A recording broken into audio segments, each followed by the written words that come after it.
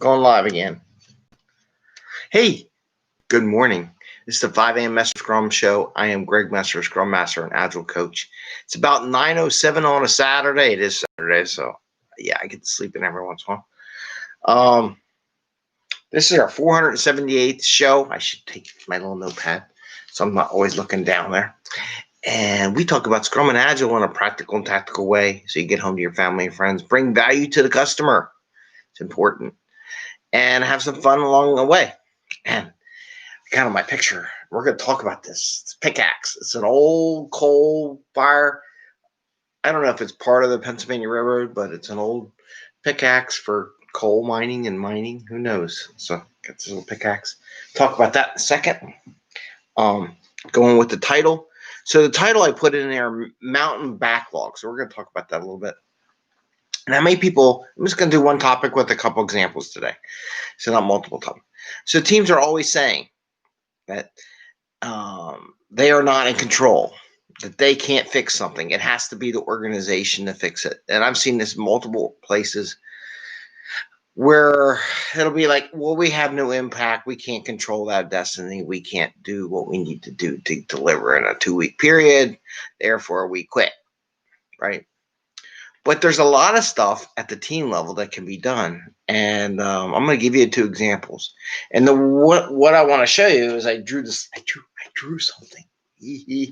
I drew this, right? So I got the mountain blocker. And the way I envision this, I was talking to a gentleman the other day, or another Agile coach, and explaining, because my role as I got multiple levels in my role. I am an enterprise coach. I am a team coach, and I'm an individual coach, pretty much all in the same organization. I help all throughout. I'm coaching at the organization. So when we have blockers that are big, right, and the team's like disheartened, I do 2 things. One, I get the organization start chipping away, just like mining a tunnel. I get the mine stuff, right? So you know when you do the underground tunnel, like the boring machine, one of Elon Musk's thing, you don't go from one direction all the time. You go in from 2 ways. When you make a tunnel, because it's just quicker, because in the same period of time, you can get closer and closer to where you want to be. Where if I just took one direction, it'd be twice as much time. However, if I start on both sides at the same time, it takes half the time. Ooh, it sounds like Scrum, doesn't it? Half the time. So what they do is they go from one side and the other one, and they meet in the middle, and it takes them half the time to build the tunnel. That's the idea on what you teach your team. The team needs to do some work to get themselves closer to where the organization is getting there. If they wait for the organization to start, it'll take twice as much time for them to be able to take on these new capabilities to get rid of this giant blocker. So the idea when you coach these organizations, you also have to coach at the team level, the individual level, and at the enterprise level. So, and you can't push it all down at the team level either, because sometimes the organization has to do something. We're going to talk about that in a little bit. So the idea when you get these giant blockers is you chip away at the organization level and at the team level, and you meet halfway. It cuts your time to changing your process down in half. Got it? So that's the graph. Like my stick figures. I don't know. I drew them. I thought they were nice. Anyway, and then I realized, I said as we were doing this, is that I had this pick. And I forgot I had this pick, right? Well, I just got it the other day for the railroad museum. So I was like, oh, I got a pick. This is the kind of pick they used to dig tunnels out with when they're building a railroad or coal. One of the 2.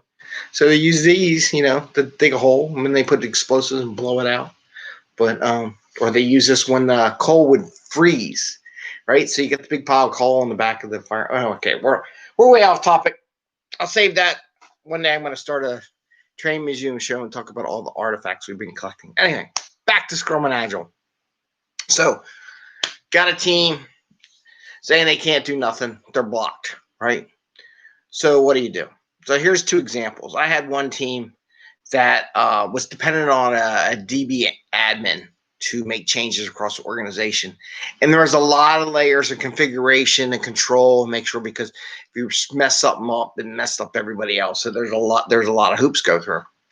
So for the longest time, I kept going, why don't you just work a deal with them to get a temporary database that you can control and update? And it took them a while. And when they finally got it, it just blossomed. I think I talked about one episode, the amount of productivity they were. So where they complained they didn't have any control over that database thing. Now they got a temporary database that they can actually build code to, try it out, run it. It looks just like the regular one and see how things work. And then once they get it close enough, then they go to the DB or say, here's the fields we want in the table. Are they okay? Is this format? And then the only delta change they had to do was say, if they came back and said, no, change it to this, change it to this, they can go in their code and change the reference points. So it was a lot easier. They didn't wait.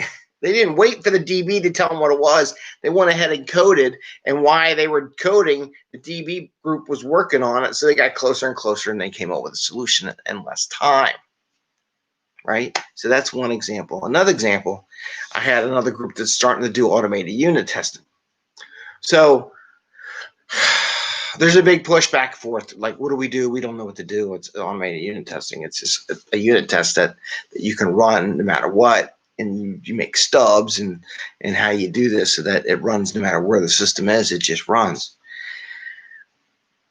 Well, there's two facets of that too. There's the team writing the code for the unit test, and then there's the organization supplying the software from which to monitor for more of the DevOps world, right? So they want to put software. Well, if the team waits for the DevOps software to come on, then they're not getting there closer. But as they're working on this, they could be writing the code and get closer and closer so that in the end, the two sides shall meet quicker, right? And this is where you have to be careful as a Scrum coach or any organization, any manager, anywhere. This applies to anything you do in the planet Earth. You have to make sure they're both working at the same time and not waiting for the other one to get done, then starting what they're doing. You need to have them work a little bit in parallel together and try to work their way. I mean, there are stories where the tunnels don't match. I think there's stories of train tracks not matching, like one was over here and one was over here, and they didn't quite meet in the middle. They can fix that. So anyway, so that's my talk for today, Saturday. It's just about when you have mountain of blockers, you work a little bit from the organization side and you work about from the team size and cut the time to get the final answer in half.